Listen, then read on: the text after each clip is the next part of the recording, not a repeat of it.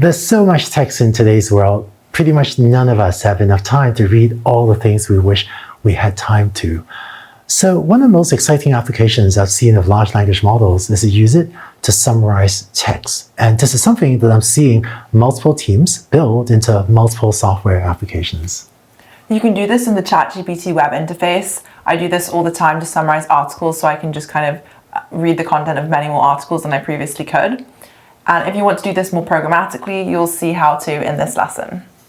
So with that, let's dig into the code to see how you could use this yourself to summarize text. So let's start off with the same starter code as you saw before of import OpenAI, load the API key, and here's that get completion helper function. I'm going to use as the running example the task of summarizing this product review. Got this panda plush toy for my daughter's birthday who loves it and takes it everywhere, and so on and so on. If you're building an e-commerce website and there's just a large volume of reviews, having a tool to summarize the lengthy reviews could give you a way to very quickly glance over more reviews to get a better sense of what all your customers are thinking. So here's a prompt for generating a summary. Your task is generate a short summary of a product review from an e-commerce website, summarize the review below, and so on, in at most 30 words. And so this is soft and cute, panda plush toy loved by daughter, bit small of a price, arrive early. Not bad, it's a pretty good summary. And as you saw in the previous video, you can also play with things like controlling the character count or the number of sentences to affect the length of this summary. Now, sometimes when creating a summary, if you have a very specific purpose in mind for the summary, for example, if you want to give feedback to the shipping department, you can also modify the prompt to reflect that so that it can generate a summary that is more applicable to one particular group in your business.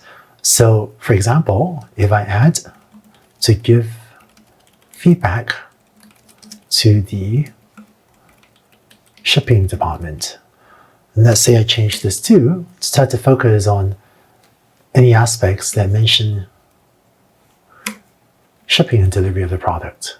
And if I run this, then again, you get a summary, but instead of starting off with soft and cute panda plush toy, it now focuses on the fact that it arrived a day earlier than expected. And then it still has, other details then.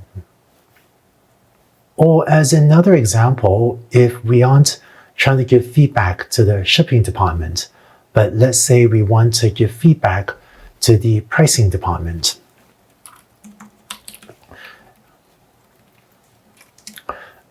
So the pricing department is responsible for determining the price of the product, and I'm going to tell it to focus on any aspects that are relevant to the price and perceived value. Then this generates a different summary that it says, maybe the price may be too high for a size. Now, in the summaries that I've generated for the shipping department or the pricing department, it focus a bit more on information relevant to those specific departments. And in fact, feel free to pause the video now and maybe ask it to generate information for the product department responsible for the customer experience of the product, or for something else that you think might be interesting to an e-commerce site. But in these summaries, even though it generated the information relevant to shipping, it had some other information too, which you could decide may or may not be helpful. So depending on how you want to summarize it, you can also ask it to extract information rather than summarize it.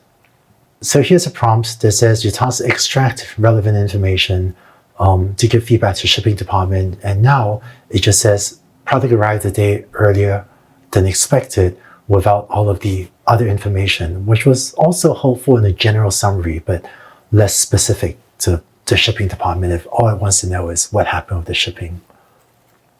Lastly, let me just share with you a concrete example for how to use this in a workflow to help summarize multiple reviews to make them easier to read. So here are a few reviews. This is kind of long, but here's a second review for a standing lamp. Need a lamp for my bedroom. Here's a third review for an electric toothbrush. My dental hygienist recommended.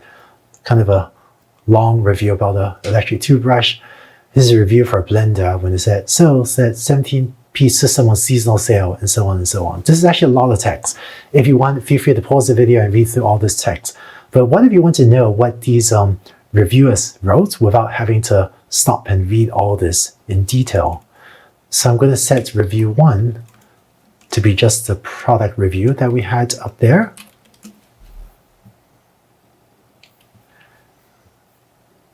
And I'm going to put all of these reviews into a list.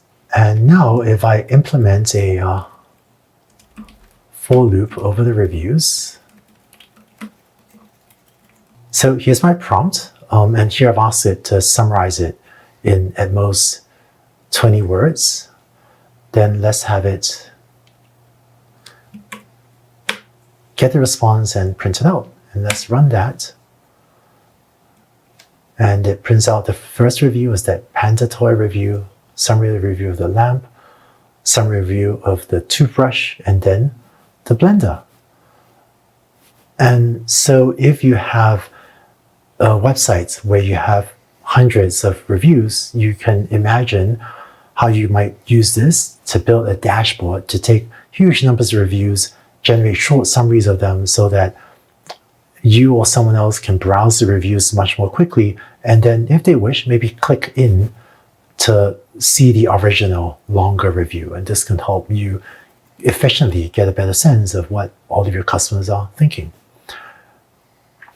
All right, so that's it for summarizing. And I hope that you can picture, if you have any applications with many pieces of text, how you can use prompts like these to summarize them to help people quickly get a sense of what's in the text, the many pieces of text, and perhaps optionally dig in more if they wish. In the next video, we'll look at another capability of large language models, which is to make inferences using text. For example, what if you had, again, product reviews and you wanted to very quickly get a sense of which product reviews have a positive or a negative sentiment? Let's take a look at how to do that in the next video.